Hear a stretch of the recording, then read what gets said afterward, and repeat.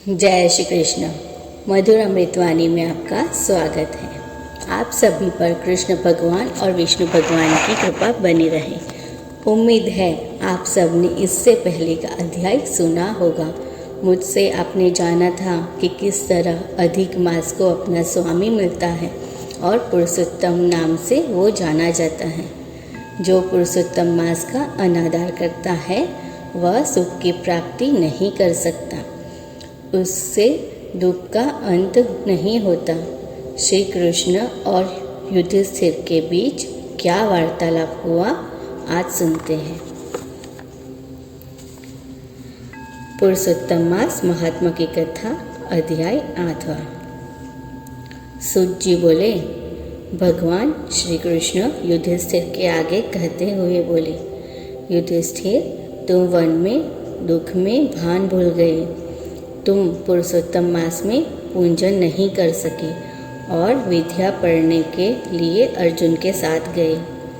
फिर भी तुम पुरुषोत्तम मास को जान न सके, इसलिए तुम्हारा दुख का अंत न आया। मनुष्य के नसीब में जब दुख में लिखा होता है तब कुछ सोचता नहीं है।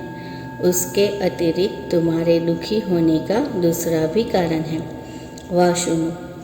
यह द्रौपदी उनके पहले जन्म में मेघावी नामक ऋषि की पुत्री थी। वह बहुत सुंदर थी। वह सुंदरता की मूर्ति जब 10 साल की हुई तब वह सर्वगुण संपन्न हो गई। शस्त्र में पारंगत हुई। मेघावी ऋषि की पत्नी इस लड़की को बहुत लाड़ प्यार से रखती थी। पिता भी बहुत प्यार करते थे। उनको कभी भी कटु वचन कहते नहीं थे, मगर यह सब ज़्यादा दिन चला नहीं। काल ने यह लड़की की माता को ले लिया। लड़की माँ बिना की हो गई। मेघावी ऋषि अपनी दुलारी लड़की को माँ की याद न आए और माँ का दुख सताया न जाए, इसके लिए सब उपाय किया करते थे। वह लड़की बड़ी होने लगी, साथ साथ उसको संसार सुख का स्वप्न भी आने लगा। पति प्रेम का चिंतन करने लगी, पुत्र की अभिलाषा करने लगी और कहने लगी, मेरा नसीब फूटा हुआ है, वरना मेरे पिता को मेरा विवाह का विचार अवश्य आता। मैं कंवारी होने के कारण दुख से पीड़ित हूँ। अगर मेरी माता अभी जीवित होती तो मुझे यह दिन देखने को नहीं आते। यह कन्या जब ऐसा सोचा करती थी तब मेघावी के पिता कन्या के लिए योग्य पति की शोध में इधर उधर भटक रहे थे, मगर कन्या के लिए योग्य पति मिल नहीं रहा था। इतने में मेधावी को बुखार आ गया। बुखार ने मेधावी को अशक्त कर दिया। पिता की तबीयत अच्छी न होने की खबर मिलने की वह दौड़ते हुए वहाँ आए। तब मेधावी ऋषि प्रभु को याद करते हुए चल बसे और विष्णु के दूत ने आकर उनको विष्णुलोक में ले गए।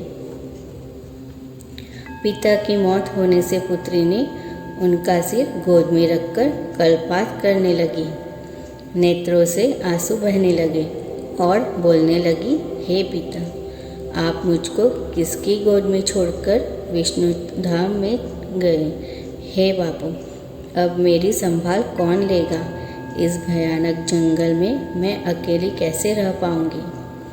ऐसा वलोपात करती बाला की आवाज़ सुनकर दूसरे तपस्वी लोग वहाँ आए।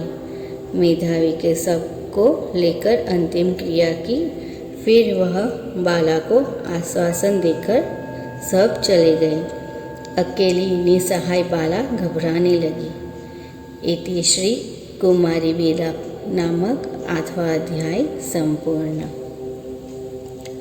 इस प्रकार सूत जी ने आगे क्या कहा, आगे की कथा में जानते हैं। कथा जारी रहेगी।